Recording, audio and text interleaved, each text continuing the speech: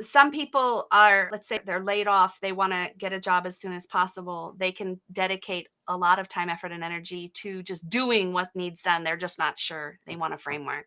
So maybe they'll work with me shorter. Other people are trying to sort out strategically what is it that they really want to do, take control over instead of waiting for the promotion or the raise, starting to decide, actually, I'm in the driver's seat and this is what I'm going to choose to do.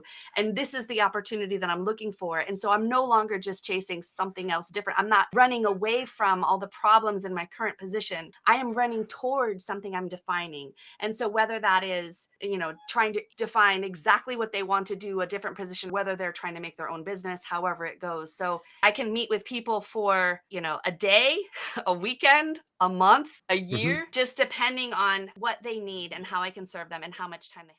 Welcome to Career Coaching Secrets, the podcast where we talk with successful career coaches on how they built their success and the hard lessons they learned along the way. My name is Davis Nguyen, and I'm the founder of Purple Circle, where we help career coaches scale their business to $100,000 years, $100,000 months, and even $100,000 weeks. Before Purple Circle, I've grown several 7- and 8-figure career coaching businesses myself, and have been a consultant at 2 career coaching businesses that are doing over $100 million each. Whether you're an established coach or building your practice for the first time, you'll discover the secrets to elevating your coaching business.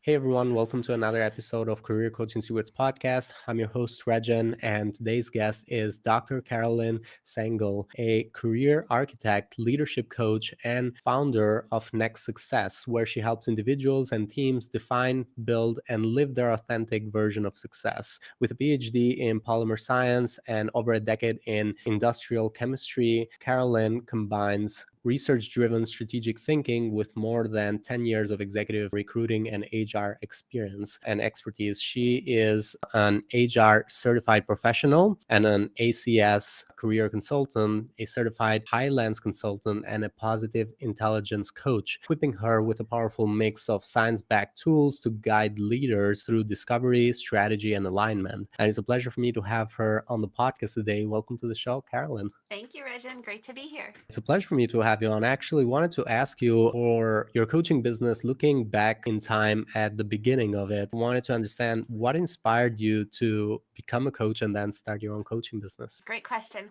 So I saw a lot of people when I was doing science and utilizing the degree I went to school for. In that career, I saw many, many people outwardly successful, inwardly unfulfilled, or not utilizing all their gifts and talents. When I was also doing executive recruiting for almost a decade for the chemical industry globally, same thing. I saw people outwardly successful, inwardly not fulfilled. And many of them thought, oh, the problem is just the job. So if I change the job, then everything will get better. And the reality is, what I kept seeing over and over again was people who would change their location of their job, and it was the same problems that would appear again, just on different faces. At the same time, I was going through my own kind of questioning of thinking like, is this it? Is this really all there is? I was outwardly successful in anything I've ever done. I reached the top levels of performance, whether that was commercializing adhesives that sold over $1 million in 6 months, whether that was getting a lot of breakthrough innovation development projects done, whether that was becoming global pace setter, top performer for 5 years, year over year. And then what? Right?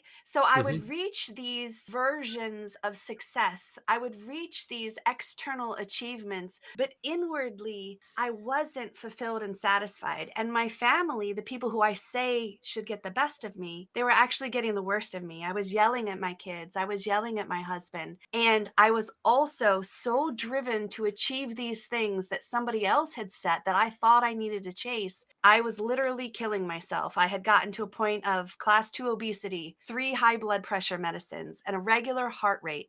I would just be sitting and my heart rate would go up to 210. I still didn't realize that these stressors in my body were, in fact, because I wasn't aligned with who I was, what I did best, and the career that I was choosing. I ended up having a heart surgery to fix that. But around the 20th wedding anniversary of me and my husband, he sat me down and he said, look, I'm kind of scared we won't have another another one of these. And I know who you are. I don't think the kids are knowing who you are. I don't care what you do. This isn't it though.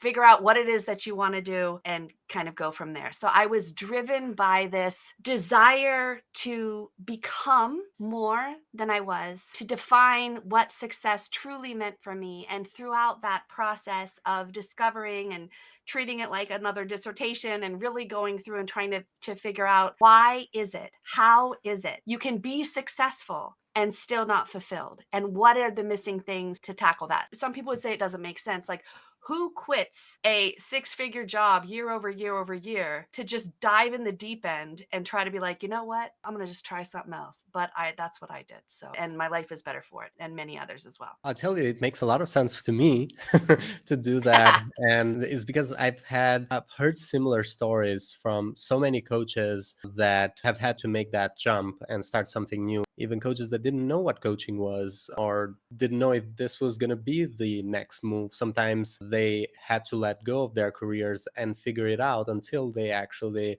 were introduced to coaching. So was coaching something that got introduced to you while you were in your career, or was it something that you found after? I've informally been the person people go to for advice and suggestions and kind of helping them like that throughout like teenage years beyond. And when I was doing executive recruiting, what I did like 360-degree recruiting. So I worked with first the companies and trying to help them define and figure out what the role was that they needed. And then I went and tried to find candidates. And it wasn't like I just posted jobs and waited for somebody to fall into my bucket. The kinds of searches that I worked on, there may only be 5 people in the world qualified to do that. So I used my research skills to proactively find them. They most times weren't even looking for a new job. Try to learn what it was that they would actually love to do next, trying to help model and say what I had was actually kind of what they needed and get them involved in the process. So in that, I had to coach candidates all throughout that process of what would it look like to, and 97% of the placements that I had actually involved relocations of people and their families. So there were many, many things in that process. It was kind of like the concierge helping them every single step along the way. Similarly, on the hiring side, also for the hiring managers, the team, the HR, like, well, here's what you probably want to highlight. This is super important to this person. So kind of like that glorified matchmaker coaching on both sides. So informally, I'd been doing it for many, many years. When I chose to embark on this journey of making next success, then I did want to go back and kind of,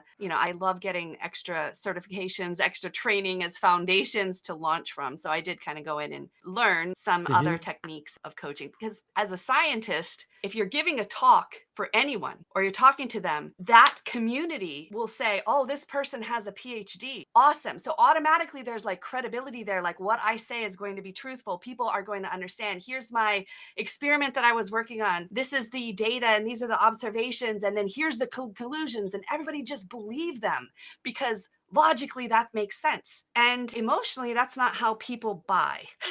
People don't care what the solution is. They don't care that credentials. They care they're having some pain point. Do I understand that intimately? Can I actually solve their problem? So I had to learn how to rephrase and reframe to meet people where they were. Because if I start saying, oh, the issue is you don't understand your natural abilities.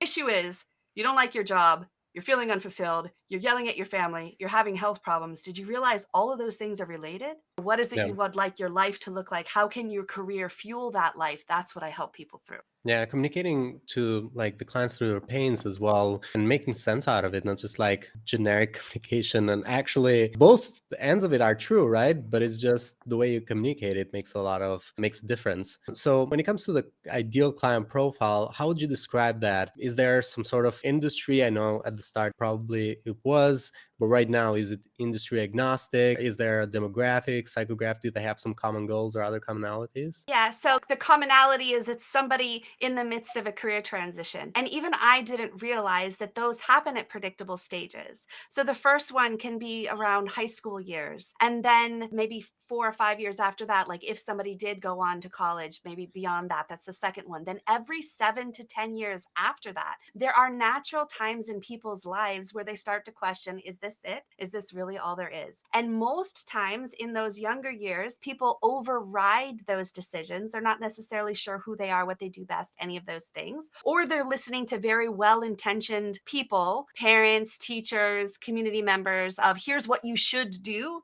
Here's what you could do, not here's what you would love to do, right? Or they get those mixed messages of, do anything as long as it's not art. Do anything as long as it's not music, you know? So, who is my ideal client? Somebody in the midst of one of those transitions. Now, of course, what I would talk to a high schooler about is way different than I would talk to somebody who's 65 trying to decide how to live their best retirement. But the ideal client is somebody willing to go through a discovery process to really start to sort it out once and for all. And if they're in their younger years, this same process can be used at any one of these natural turning points that somebody goes through. So I can teach it to them once. Some of the things don't change. Other things do change, like as people get more skills, their interests change, things. That's the kind of the ideal client, somebody going through that, willing to go through a discovery process, wanting to try to make a handbook all about themselves and what they'd love to do. And you're with them throughout the whole steps of that discovery process. It depends on how much they want to do. Some people just want to do an assessment, get that results, see what the thing is. My program actually ends up having 4 pillars for my next success method. I have another program for job seekers. So it just depends. Like, so I view the whole thing of like careers and career fulfillment could be viewed kind of like an iceberg.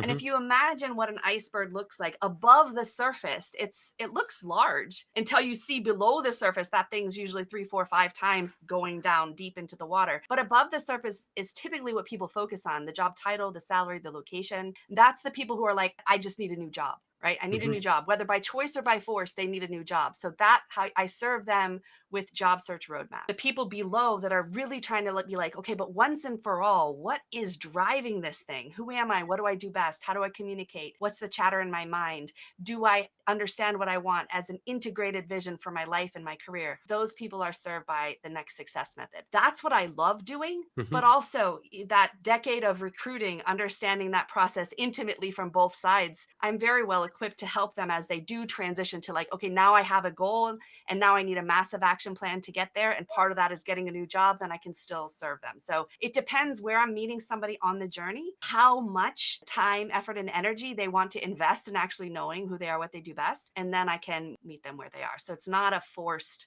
one size fits all, take it all. It's just a what do they need and how can I serve them in that moment? Interesting. And I actually want to dive into the details of this too. Like most commonly, right? Because it could be custom for the people that you work with, but your programs, do they usually, you mentioned that there could be kind of like 2 pathways. Your programs are they of a certain length that they have to work with you? How is it like essentially like the engagement they have with you? How is it like to work with you for those listening that could fit this profile? So some people are, let's say they're laid off, they want to get a job as soon as possible. They can dedicate a lot of time, effort, and energy to just doing what needs done. They're just not sure. They want a framework.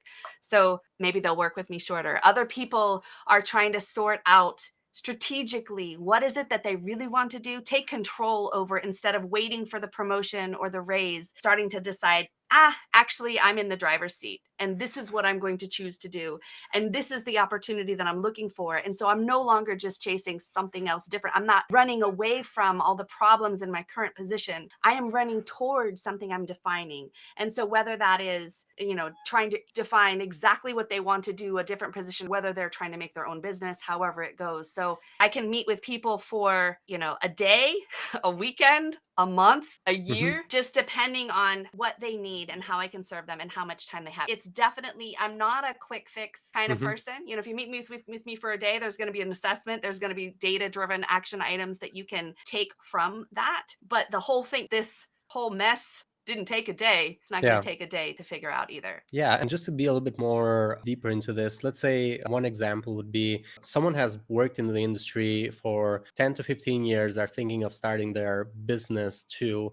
are not sure how to go about it, what would it look like for them working with you? Like, is it more about the transition from the job to the business, or is there also help with like getting the business started, like kind of like a business coach in that end, or what is it not? Is I'm trying to understand. It like that sounds like somebody who would be very well served by understanding the next success method. To be, I help next chapter explorers become authentic success creators. Authentic success is what you define, right? I chased other people's versions of success. I Hmm. chased society's versions, right? Oh, you got the house, you got the car, you got the family, you got the title, you got the achievement, you got the degree, you got the award, you got the salary. And all of that wasn't it, because the people who I defined mattered most to me, they got the leftover. Like, how does that make any sense? What would it be like if our entire world was full of people utilizing every single gift and talent that they have for good, not dimming themselves to fit into a mold of something else? Like, how much better can they exude their joy and their everything?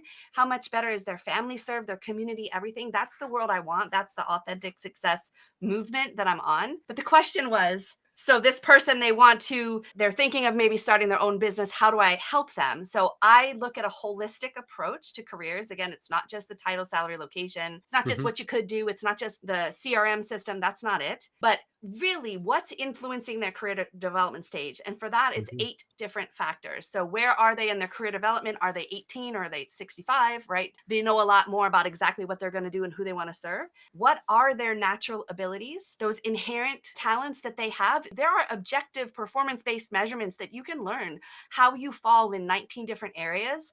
And there are careers and there are things that you do, activities within your careers that align well with that.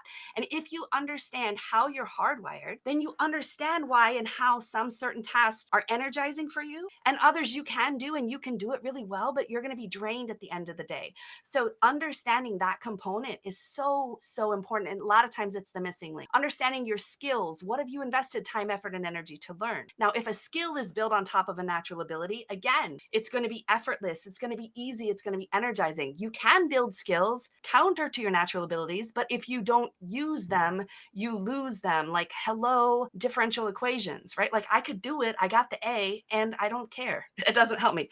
Your interests, what fascinates you, those change over time. They change based on what else and who else is in your life. Your personal style. Are you an introvert, an extrovert, a generalist, a specialist? Those affect how you approach work. Your family, the family you came from, and the family and friends you have now, both influence what could be a great career decision. Like, there was a time I needed to drop off and pick up my kids at school. There was no bus, right? So I needed a career that was going to fit within my life that I needed. Also, you have your goals and your values, the things that you would like to do and achieve, the things that are important to you. So I help people go through all of those, define each component, and then make a vision. What do they want their life to look like? What do they want their career to look like? How can their career fuel that life instead of detract from it? So if somebody was wanting to make their own business, first Yeah. it would be really helpful to understand all of those components, make a vision for their life, draft a vision for their career, and then we go from there. But I am not going to be like, here's the best business profile for you to do. I can share what I've learned, what's worked for me, what hasn't, but they're going to be better served in those areas by someone else who that's their Yeah. passion. Yeah. Thank you for explaining that, Carolyn. I also wanted to, and this is going to be a question that other coaches are going to find interesting, is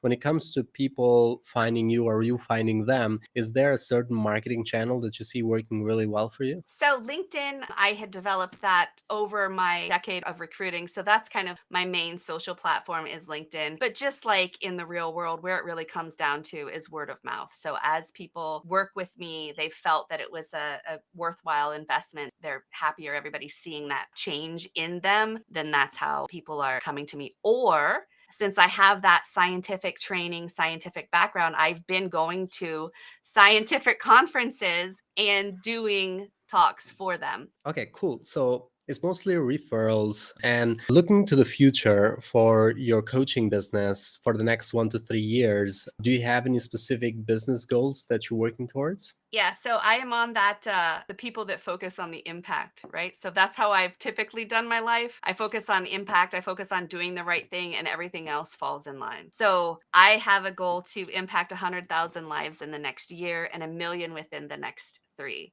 So I trust that as I keep doing that, then, financial things and being able to achieve in that way will also come true. But I don't have the set like, oh, I need this much money in a month, this much money in a year. I set my foundation of building the right thing to serve the most people. And whether people are working with me officially or whether they're just learning about the things and the concepts through my podcast, whatever meets them. That's how I work. Thank you so much, Carolyn. And when it comes to the research, so like I mentioned to you earlier, we're doing research on marketing that we talked earlier, but also investments that coaches are making. And in your case, throughout the recent years, what would you say have been some investments that you feel really good about? Either you learned a lot or got a good return from, and what have been some investments that you would have preferred to have avoided if there's any bad investments as well? I think each investment has served a purpose, right? Whether the ROI was immediately available or not, it was either a lesson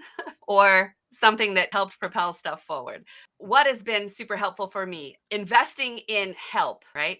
There was one training that I attended that said, you want to understand why your business hasn't reached six figures? It's because you're spending your entire day focused on $10 and under tasks. Can't be everything to everyone when you're trying to have a business. So learning that there are virtual assistants, there are people around the world, very qualified, very willing and able to support and want to help people out, and finding those, engaging with those, and learning how to work with a global team to support this mission. That's been the best investment on that side. On the functional, how to get it done side, some sort of all-in-one customer relationship management thing, whether that's ClickFunnels, whether that's Go High Level, whether that's a white label version of Go High Level. I went through like 4 or 5 of those, right? Each one served their purpose. I finally landed on something CC360, which is built off of Go High Level, but for course creators. So it can have my modules, it can have a community, it has all of my ability to manage social media, and it has like all of that, my email, all of those things, the money, the payment, the integrations, all of that in one thing. I think that's been a super helpful one as well. The other ones, when I was trying to do it on my own, I could have skipped that, but I had to learn that lesson. And what would you say like has been a bad investment for you?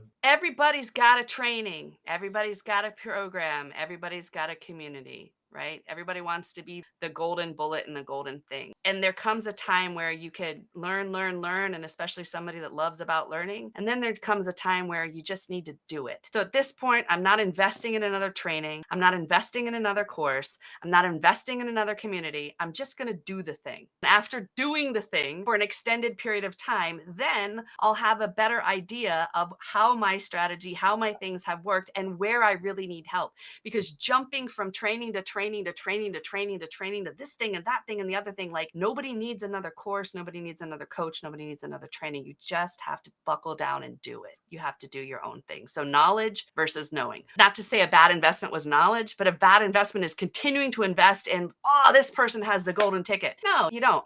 I have it in me. I just need to do the thing. Has that been something you've experienced too, or like the golden bullet? Have you invested in something like that before and you had a bad experience, or is it just in general you've been usually careful with it? I've invested a lot, right? A lot of people in professional development help, right? You're going to maybe get to Tony Robbins, Dean Graziosi, right? They have their mastermind platform. That's amazing. Then when you start trying to figure out your CRM systems, well, then you got Russell Brunson, and he's going to give you a t-shirt and books, right? And training, and whether it's selling online or course secrets or whatever, like all the secrets, right? You got all the secrets. I mean, this man is an amazing marketer. He's got a lot of my money, right?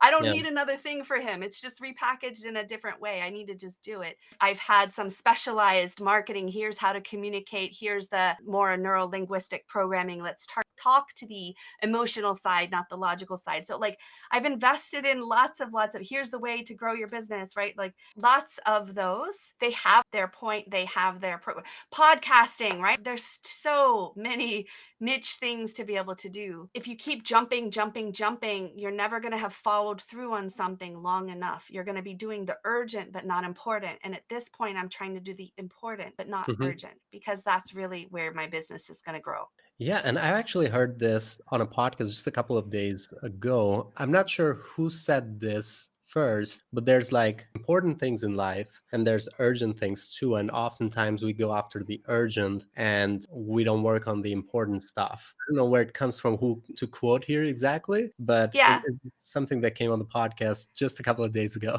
Yeah, Tony Robbins goes through that a lot with his RPM method and time management. Courtney McDermott, who wrote Changes Within You and Give Yourself Permission, she talks about that. Is it the element of design or delusion? And like, where are you really at in that, or distraction? Like, what is taking your time, right? So, a good exercise for anyone to do and that I'm in the midst of doing is like really tracking, like, how are you spending your time? Go through a 2-week process and just see what's getting your time and attention, what's getting your time, effort, and energy, and what is the result that's coming from that. And if you're not getting the result that you're looking for, then which thing could you change? I don't need somebody else to tell me that right now. I just need to do it, so. Absolutely. Thanks so much for that perspective, Carolyn. And my last question is mostly on, like you were mentioning earlier, you're focused on making an impact too. So for coaches who want to scale their impact, is there any advice, any other advice you'd like to give to these coaches? I think like you're doing here, podcasting. I have my own podcast. It's called Your Next Success. So that is organically growing little by little.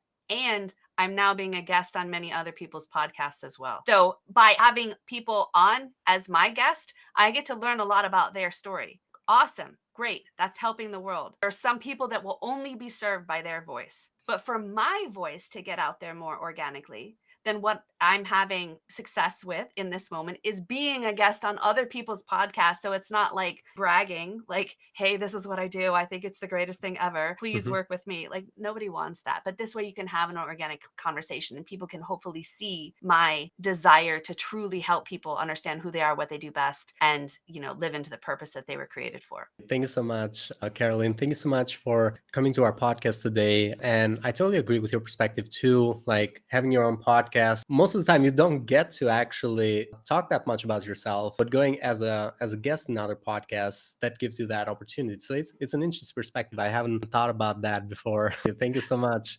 I really appreciate your time. And for anyone who wants to connect with you or find you, they can go into LinkedIn, look up Caroline Sangal. They will be able to find your profile. I believe they can also go into the website, which is, I'm going to put this on the description as well. It's nextsuccesscareers.com, if I'm not Yeah, mistaken. that's right.